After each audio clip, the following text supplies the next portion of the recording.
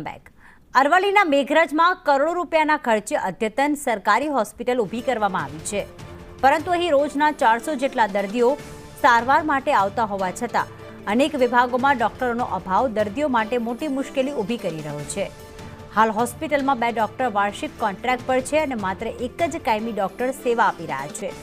પૂરતો સ્ટાફ ન હોવાથી સારવારની ગુણવત્તા પર પણ અસર પડી રહી છે। અંતરિયાળ વિસ્તારોમાં વારંવાર અકસ્માત સર્જાતા હોવા છતાં સારવાર માટે લાંબો સમય બગડે છે, તો બીજી બાજુ સગર્ભા મહિલાઓને પણ ફરજિયાત ખાનગી હોસ્પિટલમાં જવું પડે છે, જેના કારણે સામાન્ય જનતાને ભારે આર્થિક બોજ સહન કરવો પડે છે। નવું બિલ્ડિંગ હેન્ડઓવર થયું એના પછી દર્દીઓની સંખ્યામાં વધારો થયેલ છે, જેને પૂરું કરવા માટે દર્દીઓની સેવાઓને પૂરી કરવા માટે તજજ્ઞ ડોક્ટરોની જરૂર છે। જેમાં તજજ્ઞ ડોક્ટરોમાં હાલ 5 જગ્યા છે મહેકમમાં, જેમાંથી એક કાયમી ભરાયેલી છે।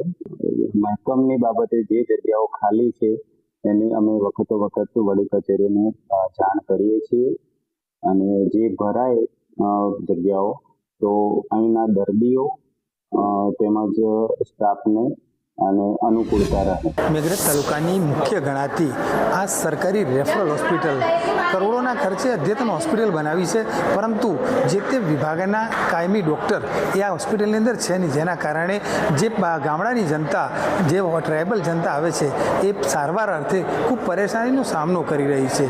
દ્રશ્યમાં જોઈ શકો છો આપ કે આ મેઘરજ તાલુકાની સૌથી મોટી ગણાતી રેફરલ હોસ્પિટલ છે।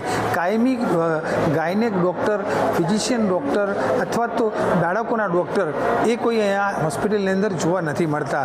હાલ જે કોઈ ડૉક્ટરો આવે છે એ કોન્ટ્રાક્ટ પદ્ધતિથી રોજના 2 કલાક આવી અને જતા રહેતા હોય છે, ત્યારે જે કોઈ દર્દીઓ છે એ દર્દીઓને ભારે હાલાકીનો સામનો કરવો પડતો હોય છે। દૂર દૂરથી પોતાનો સમય બગાડી ગામડાઓના અંતરિયાળ વિસ્તારમાંથી સારવાર અર્થે આવતા હોય છે, ત્યારે અદ્યતન સુવિધા સામગ્રી છે, પરંતુ ડૉક્ટરોના અભાવના કારણે સ્થાનિક જે લોકો છે એ સારવાર વિના ટળવળતા હોય છે, અને આવી કરોડોના ખર્ચે બનાવેલી હોસ્પિટલની અંદર દરેક વિભાગના કાયમી ડૉક્ટરો આવે એવી સ્થાનિક લોકોની માંગ રહેલી છે।